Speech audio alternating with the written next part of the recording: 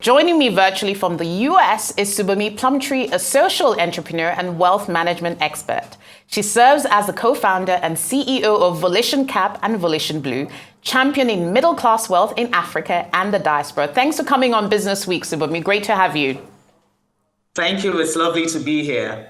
Okay, so the first question we wanted to get right into was the World Bank report, such a troubling report saying 4 million people in Nigeria fell into poverty in the first 6 months of 2023. I mean, we've talked about multidimensional poverty in Nigeria, but what is the implication of this? It's really just a lot of people are going to lose their jobs and drop into serious poverty. The capacity to even feed their families, send their children to school, and just keep their head above water. I mean, just to look at the statistics, in the last 12 months, month on month, the consumer price inflation has risen by 21% every single month. Inflation, in terms of larger inflation, has risen by 1% every month. This has real consequences for human life, and it's something that we need to be aware of. They're not just statistics, it's human life that is at risk right now. Yeah, indeed. And, Nigeria has struggled on the Human Development Index. And in fact, I saw one definition of multidimensional poverty as poverty that also includes access to basic infrastructure, access to education, and monetary poverty. And of course, we're seeing with some of the reforms of the new administration, the fuel subsidy removal, those reforms actually will bite. We often talk about, inclusive growth. What are some of the priorities you think that the government needs to pursue to cushion the effect? And also, taking the context of this World Bank warning or foreboding, if you like, what would be utmost priority for this administration? Yeah, so the administration is on the right path in terms of the energy reforms, removal of fuel subsidy, as well as liberalizing energy production such that states can now produce electricity, even individuals can now produce electricity. But it's going to take time. You cannot take advantage of a floating naira unless you can increase your export base. So in other countries, when the naira is depreciated, it means the exports of that country become more attractive, where we should be able to sell more to foreign countries, but we don't have the export infrastructure in Nigeria in terms of logistics, in terms of availability of cheap power. So it's going to take time for our infrastructure to actually catch up with our export industry. And until that export industry becomes solid, we're going to have issues. A Nigerian sitting at home should be able to export without needing to know anyone at the ports, without needing to know anyone at customs. I should be able to sit in my house and everything should be automated. Until we get the export infrastructure right, we're not going to be able to take full advantage of all the different reforms that the government has put in place. Yeah, indeed. There's a need to definitely boost liquidity in the economy, cash flowing through the economy. And I like the perspective brought there on the sort of generating broader trading activity and growth. Okay, so closely linked to this is our next story. It's around World MSME Day, micro, small and medium-sized enterprises, which was on June 27. And Nigeria's Vice President Kashim Shettima says that the government is aiming for single-digit interest rates for small and micro businesses. I mean, we've been talking about inflation lately and the need to target inflation by ensuring interest rates are relatively high. How are we really going to achieve this balance of helping SMEs borrow at reasonable rates, but also keeping inflation low?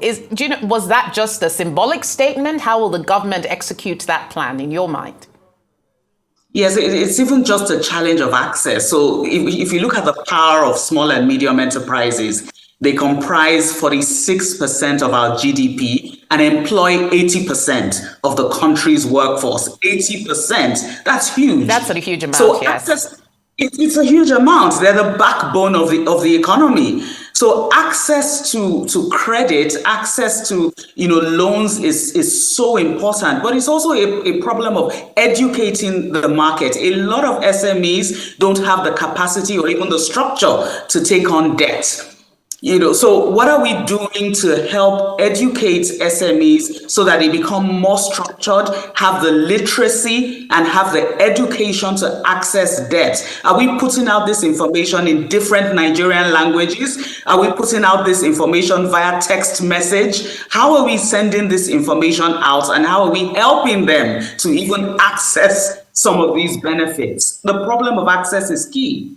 Yeah, good point on the problem of ensuring SMEs are in a position to be considered creditworthy. But if you look at the government capacity, given all the challenges we face now, and we know the subsidy reforms is going to save us trillions of naira in cash, do we currently have the capacity to offer single-digit interest rates realistically? In your opinion, what's your assessment?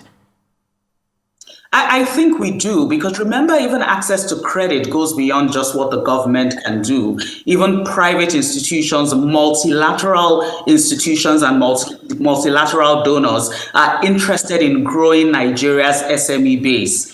Because we have to, because it has a spillover effect on the economy. Once you grow SMEs, you also grow the tax base. You grow the productive capacity of your economy, your export base. So it's all a cycle in terms of just improving the economy at large. So yes, it will put a strain on the country's resources, but I think we should look at it beyond what the government alone is able to provide and look at the contributions from the private sector as well as multilateral agencies. Indeed, you make a good point, and some would argue that subsidizing rates for businesses is a better option than subsidizing consumption of fuel.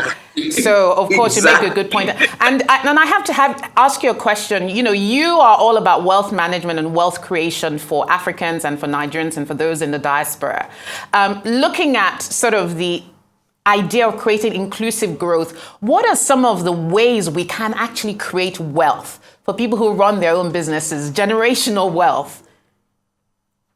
Yes, it starts with financial literacy. So people even need to know what opportunities are available to them. Now, one of the things that I've said is if government can focus on policy and infrastructure, Nigerians can take care of themselves. Africans can take care of themselves. We're entrepreneurial. For reference, the World Bank says Africa is the only region in the world where more women than men choose to become entrepreneurs. Women are the backbone of entrepreneurship across Africa. And if government just takes care of policy reforms, access to credit, access to infrastructure, seamless export, Africans and Nigerians in particular will take care of themselves in terms of business and entrepreneurship, and they will grow the economy. Yeah, thanks for bringing that perspective too on diversity. So we're going to move on to a third story now. OPEC saying that oil demand will hit 110 million barrels per day by 2045. Now, this is interesting because obviously we've been talking about the global energy transition now for eons. So what do you make of this? Demand for oil is still going to be buoyant for many more decades to come. Yes, but we're assuming that technology would not outpace oil. Decarbonization is a big thing in the world right now. Green energy, alternative energy, renewal, energy renewal, renewed sources of energy. So we're assuming that the demand for oil is always going to be higher than the progress in terms of technology. And oil, in terms of even employment, plays a very, very minor role. I mean, the oil industry in Nigeria only accounts for 0.09% of Nigeria's total labor force. 0.09. So even in terms of contributing to employment, the oil industry is not the largest driver of employment in Nigeria. So yes, it's good in the sense that we're delaying the evil day.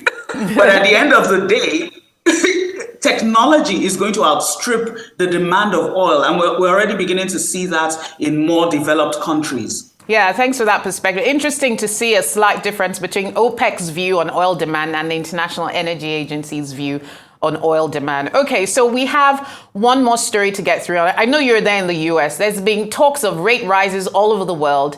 The last Monetary Policy Committee of the Fed Reserve decided to keep rates steady, But clearly, we're not under any illusions that rates won't go up later in the year. He has said they will go up.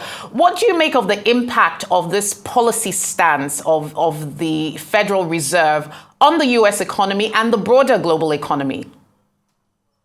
Yeah, so in terms of the broader economy, money is going to flow away from developing economies back to developed economies as rates begin to rise. So it's going to take a lot of money from Nigeria's sovereign bonds, for example. African governments are going to need to also increase their rates to kind of match what is happening in the developed economy. And a lot of times when that happens, it just puts a real strain in terms of even just our ability to attract foreign portfolio investment, our ability to attract enough forex, because as rates begin to rise in developed economies, more people prefer to put their monies in developed economies that are more stable than developing economies in Africa. So it's going to put a lot of pressure in terms of our availability of foreign exchange, for African governments. So that's one of the immediate things I can think of in terms of the impact. Yeah, indeed. You make a good point, but it's also worth bearing in mind that actually, at the top of my show, I talked about the fact that, in the first half of this year alone, the all-share index on the Nigeria Stock Exchange has seen some really great performance, albeit dramatically, since the reforms were instituted. So beyond interest rates and monetary policy, there are clearly other sorts of business environmental issues that will go a long way to attracting foreign investments. What in your mind should some of those prominent policies or initiatives be? I think in terms of just let's just even just particularize to Nigeria, just having stability, and in terms of communication management.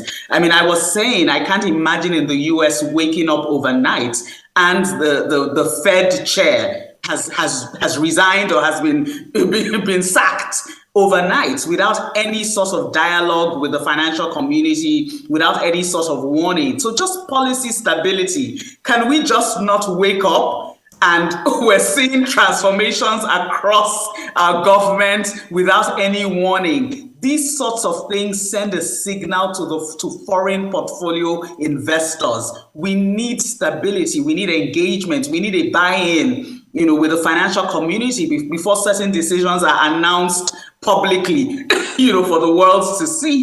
So I think for me, it's just having better communication management in government, particularly with respect to financial announcements and policy announcements. Can we please just slow down, take it easy, and have a better engagement, better communication management, because these things spook foreign investors.